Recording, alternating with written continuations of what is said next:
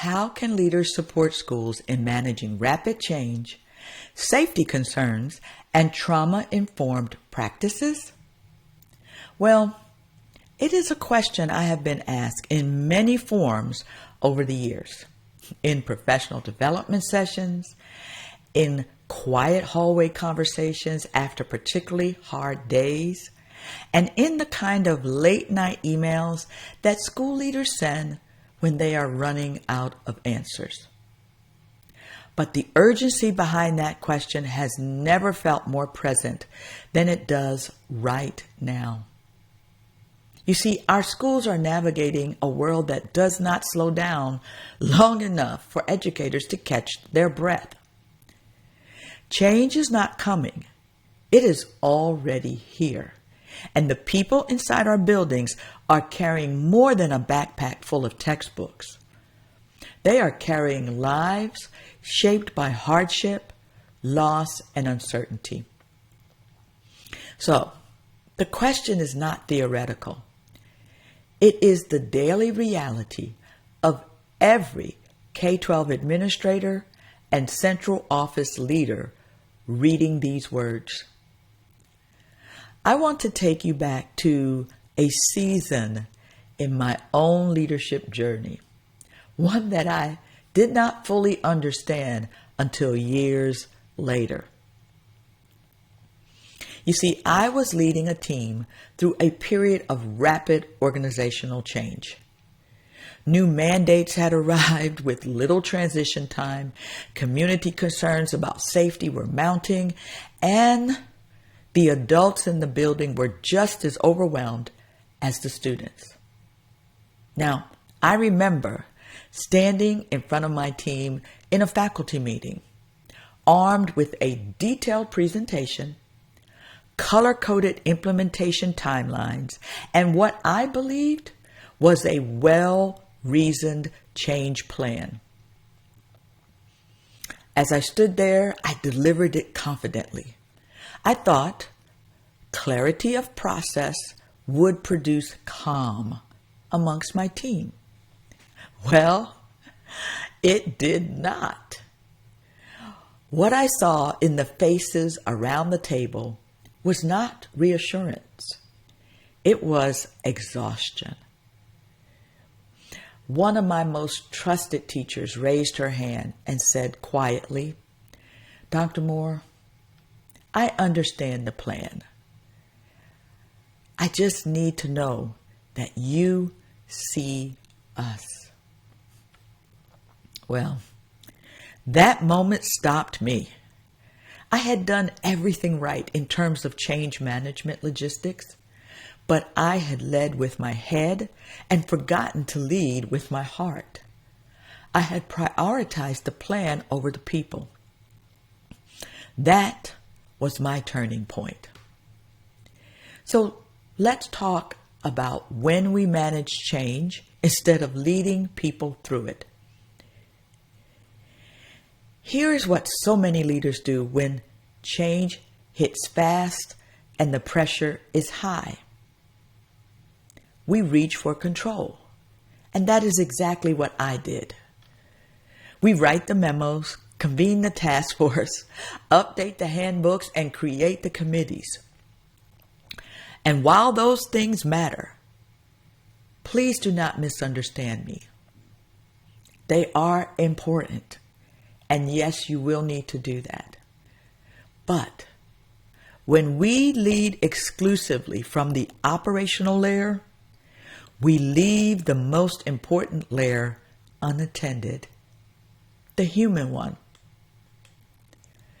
Research on crisis leadership consistently highlights that leaders who respond most effectively to acute disruption are those who couple a clear operational response with intentional relational investment. You see, the trap is believing that a good plan is enough. Well, I'm here to tell you it is not.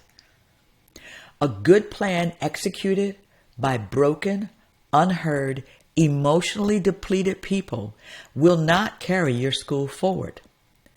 The plan needs the people, and the people need to feel that their leader actually sees them. This is especially true when trauma is involved. Trauma-informed practice is not an add-on to the curriculum or a one-time professional development event.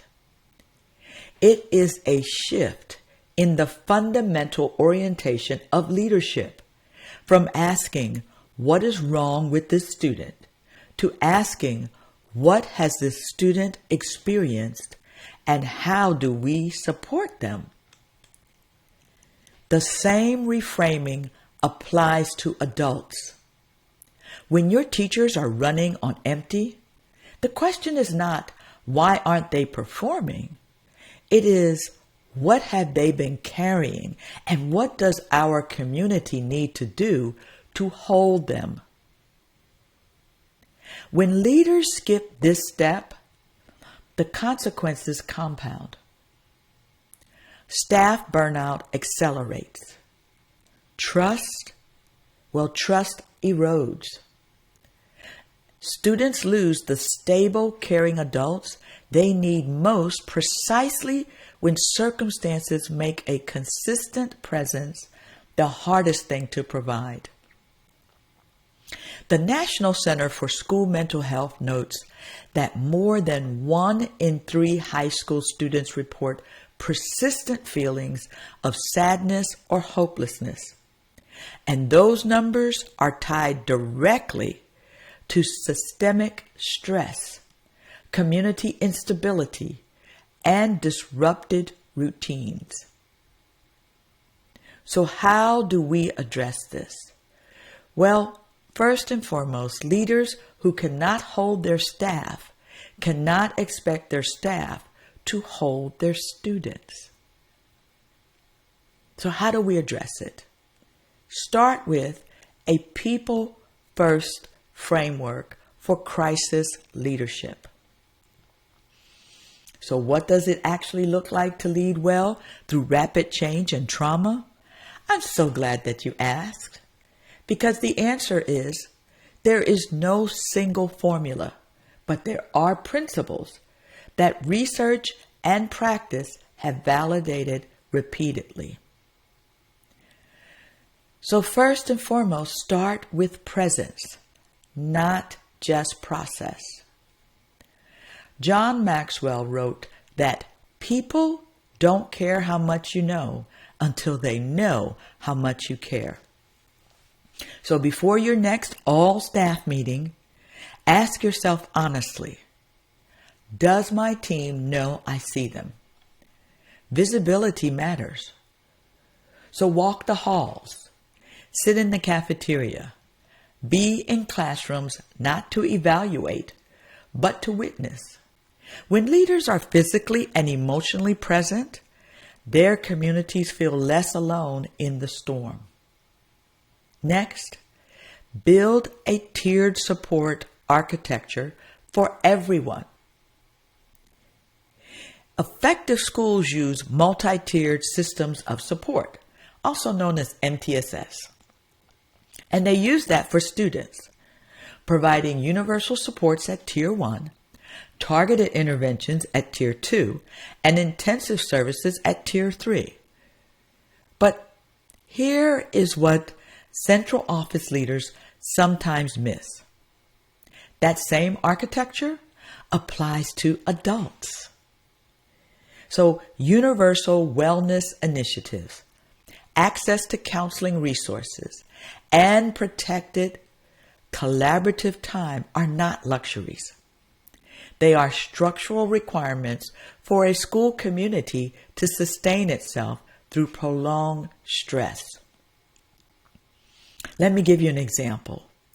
Montgomery County Public Schools in Maryland has implemented a comprehensive staff well-being program that includes mental health days, resilience training, and mindfulness sessions, recognizing that caring for staff mental health directly strengthens what students receive. Followed by Train your team in trauma awareness universally and continuously. The National Education Association recommends that effective engagement in trauma-informed practice requires consistent training and a common understanding of supportive practices. Bottom line is, one-time professional development is not enough. You see, awareness of trauma must be woven into the culture of your building, into how you interpret behavior, communicate with families, design schedules, and hold space for hard conversations. And I recognize this is not easy, but that last statement around holding space for hard conversations is critical. You see, when trauma-informed practices are present, educators shift from punitive responses to restorative ones, from judgment to curiosity, from compliance-focused management to connection-centered leadership. So communicate with transparency and frequency. Grisham and Condon's synthesis of crisis leadership research is unambiguous. Effective crisis leaders establish clear communication systems that engage all stakeholders with clarity and transparency. Why? I know you're wondering. Well, let me tell you why. Because in the absence of information, your community will fill the silence with fear. So do not let silence be your default. Even when you do not have all the answers, especially then, communicate what you know, what you are doing, and what you are still working to understand. Uncertainty communicated honestly is far less corrosive than uncertainty left to fester. I want you to develop a crisis-ready culture before you need it. The most effective school leaders are not simply reactive. They are proactively building cultures of resilience. This means conducting regular risk and vulnerability assessments, rehearsing crisis protocols with your team, and ensuring that your crisis management plan is not a document that lives in a drawer, but a living framework that your whole community understands and trusts. Schools in Georgia, through the Resilient Georgia Initiative, for example, have embedded trauma-informed frameworks statewide, training educators and administrators to function as first responders for student well-being, not just academic managers. I want you to honor the grief before you pivot to the good. One of the greatest leadership errors during times of rapid change is moving too quickly to what's next without acknowledging what was lost. People grieve change, even change that is necessary and good. Remember my story. This is why my teachers looked at me with exhaustion. You see, when you, as a leader, honor the emotional weight of transition before moving to operational logistics, you build the trust that makes operational work possible. As Stephen Covey reminded us, seek first to understand, then to be understood. That principle applies in crisis just as powerfully as it does in ordinary conversation. Remember, empathy is not weakness. It is infrastructure. I want to say this directly because I have seen the opposite belief held in too many leadership rooms. Empathy is not soft. It is structural. A leader who leads with empathy during a crisis is not less capable of making hard decisions. They are more capable because their team trusts them enough to execute those decisions. When I stood in front of that faculty meeting with my color-coded plan and heard my teacher say, "I just need to know that you see us," she was not asking me to abandon the plan. She was asking me to lead the whole person, not just the process. Once I made that shift, once I stayed after the meeting, pulled chairs into a circle, and just listened, the plan moved forward with far more momentum than any timeline I could have constructed, because people move when they feel seen. They stall when they feel managed. That is the lesson I carry into every professional development room, every leadership coaching session, and every central office conversation I have. You can have the best change management framework in your district and still fail your community if you have not first done the work of being present with them. Rapid change is not going away. Safety concerns are not going away. The need for trauma-informed leadership, well, guess what? It is not going away. But you are still here. And that means you have a choice in how you show up. So now what?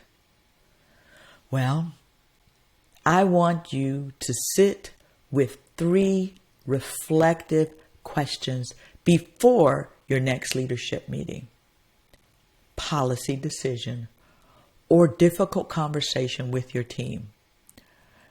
First, when your community is in crisis or overwhelmed by change, do people on your team know that you see them, not just the problem they represent?